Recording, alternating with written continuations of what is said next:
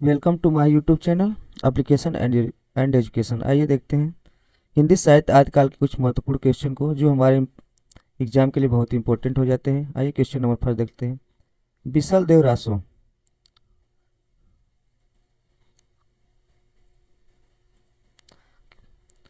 बिसल देव रासो का काव्य रूप क्या है? बिसल देव रासो का काव्य रूप क्या है? प्रबंध काव्य है, खंड काव्य है, गीति काव्य है या मुक्तक काव्य है?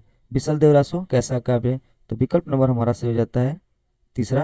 यह कैसा काव्य है? गीति काव्य है। आइए देखते हैं। बिसल देव रासो का काव्य रूप गीति काव्य है। बिसल देव रासो के बारे में देखिए क्या करें। बिसल देव रासो के रचनाकार कौन है? नरपति नाल। ये आदिकाल के कवि हैं। हिंदी काव्य में 12 मासा वर्णन सबसे पहले किसमें मिलता है? 12 मासा का वर्णन किसमें मिलता है? सबसे पहले बिसल देव रासो में मिलता है। यह एक वीर गीत है जो 12वीं किस सदी में? 12वीं सदी में लिखा गया है। और इसका रचना काल क्या है? रचना काल 1515 ईस्वी है। इसमें कितने छंद है? ये बहुत ही इंपॉर्टेंट प्रश्न है। इसमें 125 छंद है। यह एक विरह परक संदेश काव्य है। कैसा है? विरह परक संदेश काव्य। रासो होते हुए भी प्रधानता इसमें कैसा है? यह श्रृंगारिक काव्य हो जाता है। प्रबंध काव्य क्या होता है देखिए। इसमें कोई प्रमुख कथा काव्य के आदि से अंत तक क्रमबद्ध रूप में चलती है। कथा का क्रम बीच में कहीं नहीं टूटता है और गौण कथाएं बीच बीच में सहायक बनकर आ जाती है। मतलब कथा एक चल रही है और बीच में एक छोटी कथा जो गौण कथा आ जाती है, ये उसका पार्ट बन जाती है। जैसे रामचरित मानस। खंड काव्य देखिए क्या होता है। खंड काव्य। खंड काव्य में संपूर्ण रचना में एक ही छंद का प्रयोग होता है। क्या कह रहा है? खंड काव्य में पूरी जो रचना होती है उसमें एक ही छंद का प्रयोग होता है। खंड काव्य साहित्य में प्रबंध काव्य का एक रूप है। जीवन की किसी विशेष घटना को लेकर लिखा गया खंड काव्य। खंड काव्य शब्द से ही स्पष्ट होता है कि इसमें मानव जीवन की किसी एक घटना की प्रधानता होती है। मतलब जीवन की किसी एक घटना को लेकर लिखा जाता है। अब गीति काव्य क्या होता है? वो शब्द होते हैं जो गीत या काव्य रचना को बनाते हैं। नरपत नाल के बारे में देखिए। नरपत नाल इनका जन्म कब हुआ था? 14वीं शताब्दी में। नरपत नाल कहाँ के रहने वाले थे? राजस्थान के प्रसिद्ध कवियों में से एक थे। सुप्रसिद्ध रचना इनकी क्या है? बिसल देव रासो। बिसल देव रासो के बिसल देव के रचयिता कवि थे। नरपत नाल डिंगल का प्रसिद्ध कवि माना जाता है। इनको किस भाषा का? डिंगल भाषा का प्रसिद्ध कवि भी माना जाता है। क्वेश्चन नंबर दूसरा देखिए क्या कर रहे हैं। आचार्य रामचंद्र शुक्ल आदिकाल का निर्धारण किया है। आचार्य रामचंद्र शुक्ल ने आदिकाल का निर्धारण किया है। कब से कब किया है? 1050 ईस्वी से 1375 ईस्वी तक, 993 ईस्वी से 1318 ईस्वी तक, 850 ईस्वी से 1100 ईस्वी तक, उपरोक्त में से कोई नहीं। तो विकल्प नंबर हमारा सही हो जाएगा बी। कितना? इसको यदि हम संबत में देखें तो संबत में हो जाता है 1050 से 1375 संबत हो जाता है। ठीक है। और संबत यदि हमको निकालना है तो हम सन में ईस्वी में 57 क्या करते हैं? प्लस जोड़ देते हैं तो हमारी संबत आ जाती है। यदि ईस्वी में निकालता है तो 57 क्या करते हैं? माइनस कर देते हैं तो हमारा संबत निकल के आ जाता है। आइए विकल्प नीचे देखते हैं इसकी व्याख्या।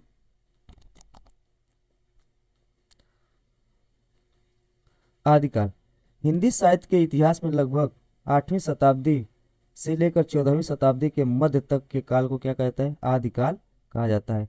इस युग को यह नाम डॉक्टर हजारी प्रसाद, मतलब आदिकाल नाम किसने दिया था? आदिकाल नाम किसने दिया? हजारी प्रसाद द्विवेदी। और आरसी शुक्ल, रामचंद्र शुक्ल ने क्या नाम दिया था? वीर गाथा काल।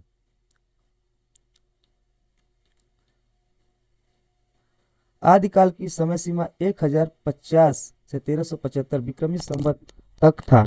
आचार्य शुक्ल ने आदिकाल को अत्यधिक लोक प्रवृत्ति का युग कहा है। ये बहुत ही इंपॉर्टेंट क्वेश्चन है। अत्यधिक लोक प्रवृत्ति का युग कहा है। आचार्य हजारी प्रसाद द्विवेदी ने आदिकाल को अत्यधिक विरोधी और व्याघातों का युग घोषित किया है। आदिकाल का नामकरण आइए अन्य लेखकों के द्वारा देखते हैं। चारण काल किसने कहा? डॉक्टर जाजगीरियसन। प्रारंभिक काल मिश्रबंधु। बीज वपन काल महावीर प्रसाद द्विवेदी। वीर गाथा काल आचार्य रामचंद्र शुक्ल। सिद्ध सीमांत काल राजनाथ कृत्यायन। अपभ्रंश काल धीरेन्द्र वर्मा। आइए अगला क्वेश्चन देखते हैं। Question number third. रासो ग्रंथकारों में निम्न लिखित में से कौन सी प्रवृत्ति नहीं है। आपको बताना है इन चारों प्रवृत्तियों में कौन सी प्रवृत्ति रासो ग्रंथकारों में नहीं थी। आश्रयदाताओं की अतिशयोक्तिपूर्ण प्रशंसा, डिंगल पिंगल भाषा का प्रयोग, जैन बौद्ध धर्म संबंधी वीर एवं श्रृंगार रस का प्रयोग। तो विकल्प नंबर हमारा हो जाएगा तीसरा, यह इनकी विशेषता नहीं थी। रासो काव्य परंपरा की प्रवृत्तियां, चारण कवियों द्वारा रचित होने के कारण चाटुकारिता प्रधान था। मतलब क्या कह रहा है इसमें, चाटुकारिता जो थी वह प्रधान थी। ऐतिहासिकता का अभाव और कल्पना का समावेश, इसमें ऐतिहासिकता बिल्कुल नहीं थी और कल्पना थी। ठीक है। युद्ध प्रेम का वर्णन, वीर एवं श्रृंगार रस की प्रधानता, डिंगल और पिंगल शैली का प्रयोग होता था। रासो काव्य, रासो का संबंध अधिकांशतः वीर काव्य से जो डिंगल भाषा में लिखा गया। रासो काव्य हिंदी के आदिकाल में रचित ग्रंथ है। रासो की व्युत्पत्ति देखिए, रासो शब्द की व्युत्पत्ति संबंधी विद्वानों की मान्यताएं। रास से किसने माना, नंद दुलारे वाजपेयी ने। रासक से कौन कौन मानते हैं, चंद्रवली पांडे, डॉक्टर दशरथ शर्मा, पंडित विश्वनाथ मिश्र, डॉक्टर माता प्रसाद गुप्त, डॉक्टर हजारी प्रसाद द्विवेदी। और रसिक से रासों की उत्पत्ति किसने माना, नरोत्तम स्वामी। राजसूय से किसने माना, गारसा दत्तासी। रास यश से किसने माना है, डॉक्टर हरप्रसाद शास्त्री। रसायन से किसने माना, आचार्य रामचंद्र शुक्ल। और रस से किसने माना, कविराज श्यामल दास, डॉक्टर काशी प्रसाद जायसवाल। प्रमुख रासो ग्रंथ देखिए, पृथ्वीराज रासो, इसके रचयिता कौन है, चंद्रप्रदाई। विसल देव रासो, नरपत नाल, परमाल रासो, जगनीक, हमीर रासो, सारंगधर, खुमार रासो, दलपत विजय, विजयपाल रासो, नल सिंह भाट और बुद्धिराज रासो किसकी रचना हो जाती है, जल्लड़ की रचना हो जाती है। आइए क्वेश्चन नंबर देखते हैं 4। प्रश्न 4 क्या कह रहा है, कैमासबद्ध किस आदिकालीन रचना का अंश है। पूछ रहा है जो कैमासबद्ध है इन रचनाओं में से किसका अंश है, हमीर रासो का, परमाल रासो का, पृथ्वीराज रासो का या खुमार रासो का। तो इन चारों विकल्पों में हमारा रहता है किसका अंश है, पृथ्वीराज रासो का। और इसके रचयिता कौन हो जाते हैं, चंद्रवरदाई। अच्छा, पृथ्वीराज रासो को पूरा किसने किया था, इनके पुत्र जल्लड़ ने। किसने पूरा किया था, जल्लड़ ने। आइए पृथ्वीराज रासो के बारे में देखते हैं। पृथ्वीराज रासो के रचनाकार कौन है, चंद्रवरदाई। समय इसका क्या है, 12वीं शताब्दी। और काव्य रूप कैसा है, यह प्रबंधात्मक काव्य। मतलब पृथ्वीराज कैसा काव्य, प्रबंधात्मक काव्य है। विषय देखिए, इसमें पृथ्वीराज के शौर्य और वीरता के साथ साथ संयुक्ता के साथ उनकी प्रेम कहानी का वर्णन है। इसमें कितने समय है, 69 समय। समय को क्या किया गया इसमें, सर्ग। 68 प्रकार के छंदों का प्रयोग किया गया है, मिश्र बंधु। हिंदी का वास्तविक परंतु महाकवि चंद्रवरदाई को ही कहा जाता है।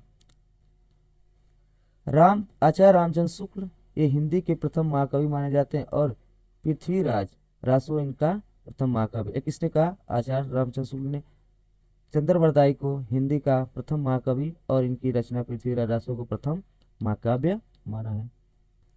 जगनीक आदिकाल में रासो परंपरा के कवि हैं। रचना परमाल रासो। समय कितना है, 13वीं शताब्दी। काव्य रूप क्या है, वीर गीत। विषय क्या है, महोबा के राजा परमाल देव के दो वीरों आल्हा और उदल की वीरता का क्या किया इसमें इन्होंने वर्णन किया है।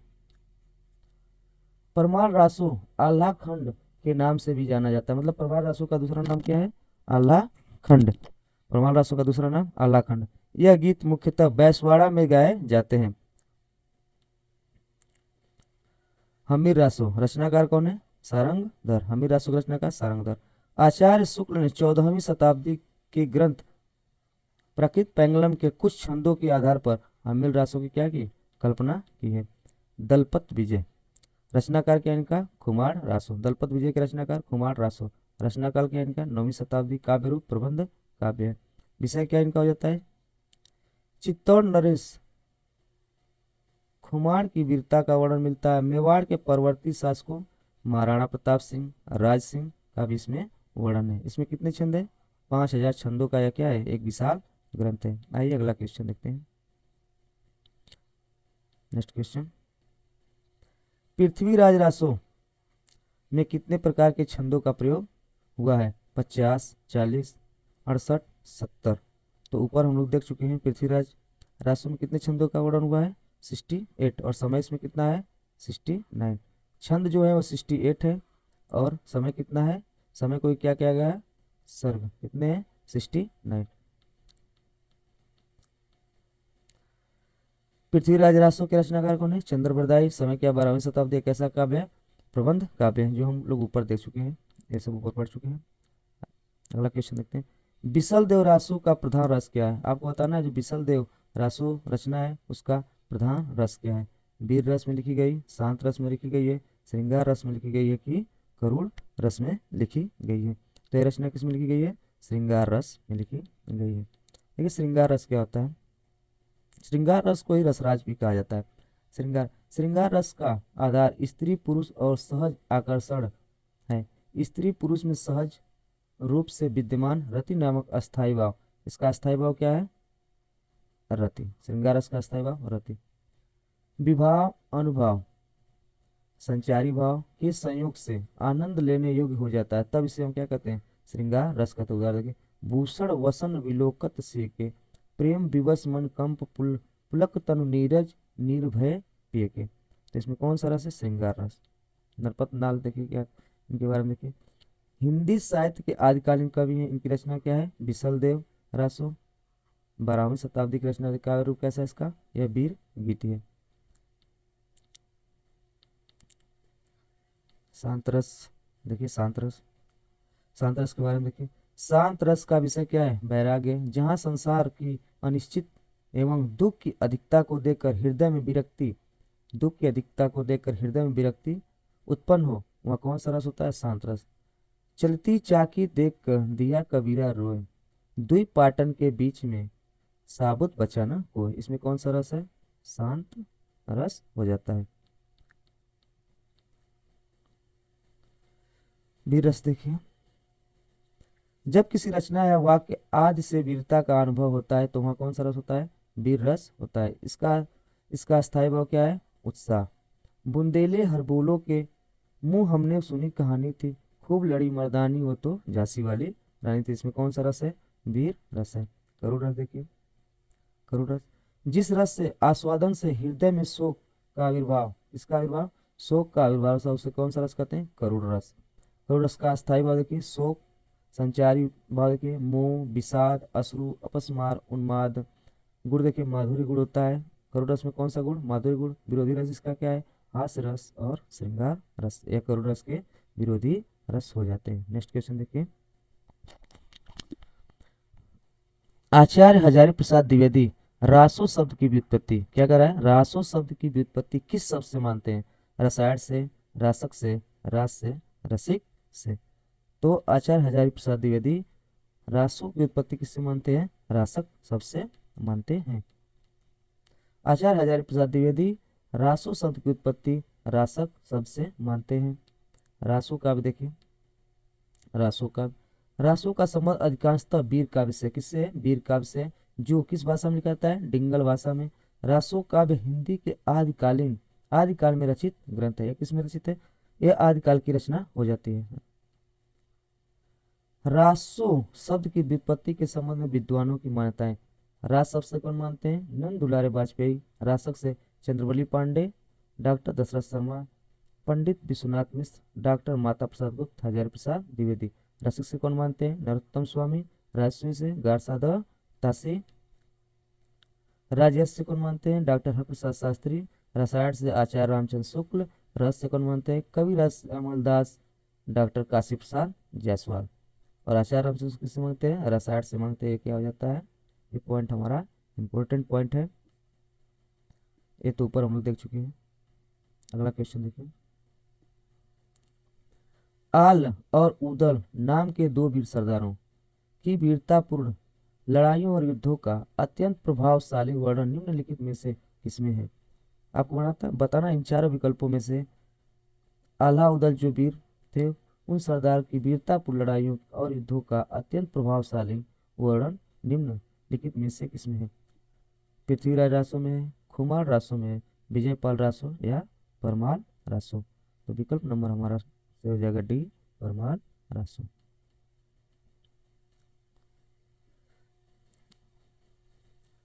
आइए जगने के बाद देखें। प्रमुख ग्रंथ इनका क्या था? परमाल रासो। समय क्या था इसका?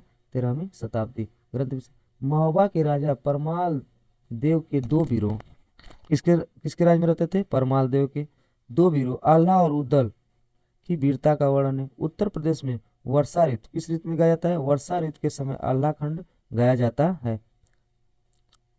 फर्रुखाबाद के कलेक्टर, स्थान कौन सा है? फर्रुखाबाद के कलेक्टर सर चार्ल्स इलियट ने आलखंड नाम से इसका संग्रह कब करवाया था? सन 1865 में करवाया था। इस पॉइंट को हाईलाइट कर लीजिएगा, इंपॉर्टेंट पॉइंट है।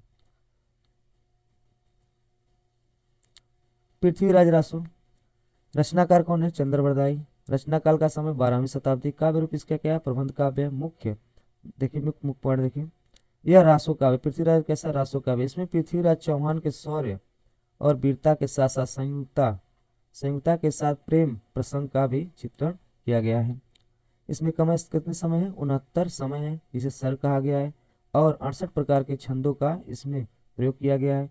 इसके उत्तरार्ध में को चंद्रबरदाई के पुत्र जल्लड़ ने पूरा किया था। किसके पुत्र? चंद्रबरदाई के जो पुत्र थे जल्लड़, उन्होंने इसको पूरा किया था।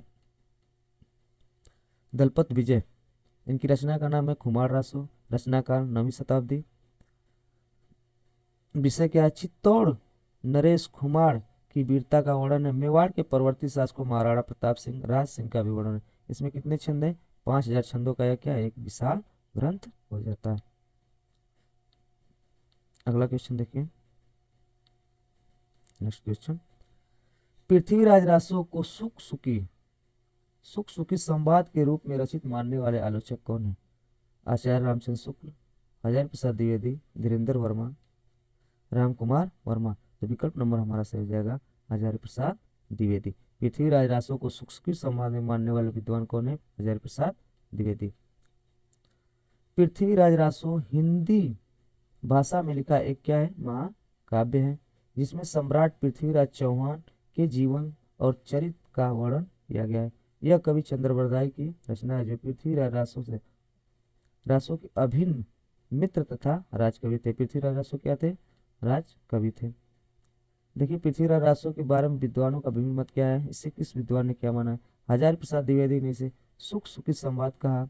आचार्य रामचंद्र शुक्ल ने पूरा इसे क्या कहा? जाली ग्रंथ। एक तो रामचंद्र शुक्ल इसे क्या मानते हैं? हिंदी का प्रथम महाकाव्य, और दूसरी तरफ से क्या कहते हैं? पृथ्वीराज रासो पूरा जाली ग्रंथ है। नरोत्तम दास से क्या मानते हैं? मुक्तक रचना मानते हैं। और डॉक्टर बच्चन सिंह राजनीतिक महाकाव्य, कर्नल जेम्स टॉड ऐतिहासिक ग्रंथ, बाबू गुलाब राय स्वाभाविक विकासशील महाकाव्य मानते हैं। आइए हजारी प्रसाद द्विवेदी का थोड़ा सा जीवन परिचय देखते हैं। जन्म 1907 ईस्वी, मृत्यु कब हुई थी? 1979 ईस्वी। हिंदी के निबंधकार, आलोचक और उपन्यासकार थे। आलोचना देखेंगे क्या है? सूर साहित्य कब लिखा इन्होंने? 1936 ईस्वी। हिंदी साहित्य की भूमिका इन्होंने कब लिखा? 1940 में। आधुनिक हिंदी साहित्य पर विचार 1949 ईस्वी।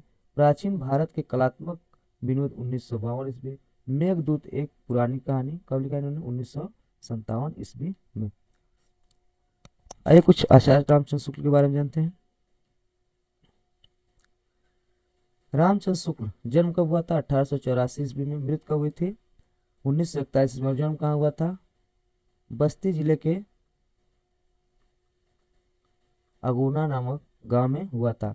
20वीं शताब्दी के हिंदी के प्रमुख साहित्यकार थे। आलोचना इसकी क्या थी? सूरदास, रसमीमांसा, त्रिवेणी, यह इनकी क्या है? आलोचनात्मक कृतियां हैं।